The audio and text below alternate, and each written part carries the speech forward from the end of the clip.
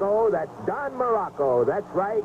The young Don Muraco and Wilbur Snyder, partners against Bockwinkel and Stevens, who are the AWA World Champions. And it's a great night here in Chicago. Don Muraco, a young man, of course, was born in Hawaii, 6'3", 235.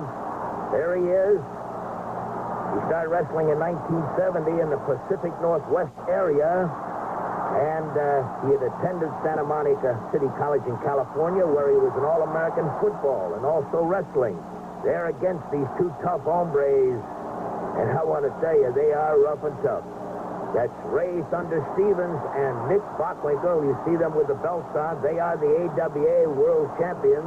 This is going to be a tough night because Wilbur Snyder is really coming on this particular night in Chicago, because this was the night that he wanted to take them all, take them both, and win that AWA championship. And he felt that Don Muraco would give him that leverage he needed. Don was a young man, but still very well thought of.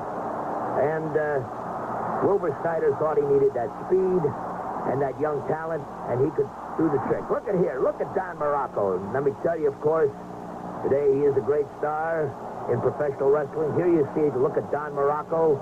In 1973, Wilbur Snyder. Let's take a brief recap of Wilbur. Born in Santa Monica, California. He's 6'3", weighs 240. Let me tell you, Wilbur Snyder was only one of two to win 4 letters in football at Van Nuys High School. He went on to play at Utah, and he left the Utah campus to join the Los Angeles Rams, and from there he went to the Edmonton, Canada Eskimos, and made a big name for himself. Then he went into wrestling. He drew with Lou Thez, the NWA champion at the time on the West Coast. Then he became Pacific Coast champion, beating Mr. Moto. And in 1956, he won the U.S. championship from the great Vern Gagne in Chicago and held it into early 1959. And here you can see Wilbur Snyder. This is the prototype of the great wrestlers of the era. Hey, just came with the trunks on and the shoes, baby, and they wanted to wrestle. That's all they wanted to do. They wanted to wrestle. Give it their all. Look at Wilbur Snyder going up for those flying head scissors. 6'3", fans, 240 pounds, and he moves like he's, 6 foot, 200. He just is so agile for his size. Fans were always impressed with Wilbur Snyder. Good-looking, crew-cut, very handsome guy, of course.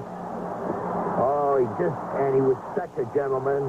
All the fans loved him. The press loved him. TV interviews with Wilbur Snyder were a pleasure. Such a gentleman.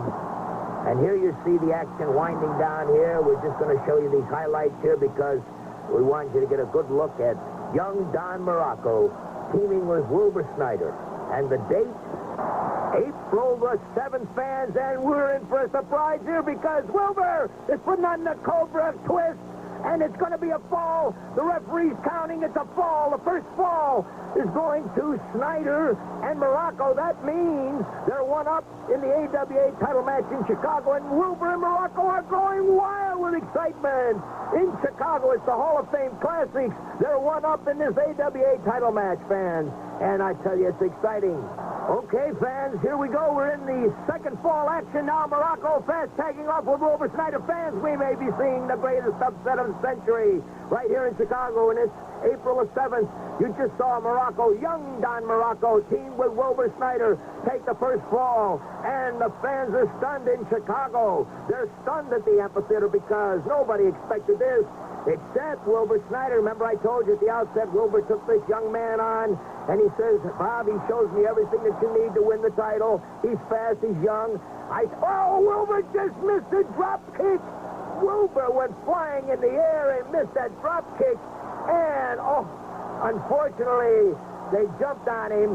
That was Stevens jumped on him and took the fall, and that was it, fans. You saw it right there. Snyder, too enthusiastic. He was too eager, and he missed that drop kick. Now we're in the third fall action. The match is tied at 1 fall each. We're in Chicago. It's April 7th. You're watching the AWA Tag Team Championship of the World. And Muraco looks great. He looks terrific. This young man out of Hawaii. Look at this. Look at this. He's got him in an airplane spin. Wilbur Snyder's in the ring. Bill Finford's telling Wilbur, get out of the ring. He's counting him. Wait a minute. They interfered with Muraco when he was spinning Stevens. And wait, there comes Snyder. And the referee didn't see the interference, but it doesn't matter. The referee has called the match in favor of Bockwinkel and Stevens. He counted that pin. Unfortunately, he didn't see the interference, and it would not have counted. So here we are in Chicago. Snyder and Muraco have lost a thrilling battle against the AWA Tag Team Champions, Stevens and Bockwinkel. And let me tell you, fans, there's some very unhappy fans in the Amphitheatre in Chicago. It's April the 7th. Excitement at the International Amphitheatre. Fans, you couldn't beat it. In 1973, this was the place to be. Chicago at the Amphitheatre. There goes Stevens.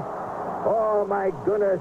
Snyder's in there with Muraco. It's the Hall of Fame Classic from Chicago.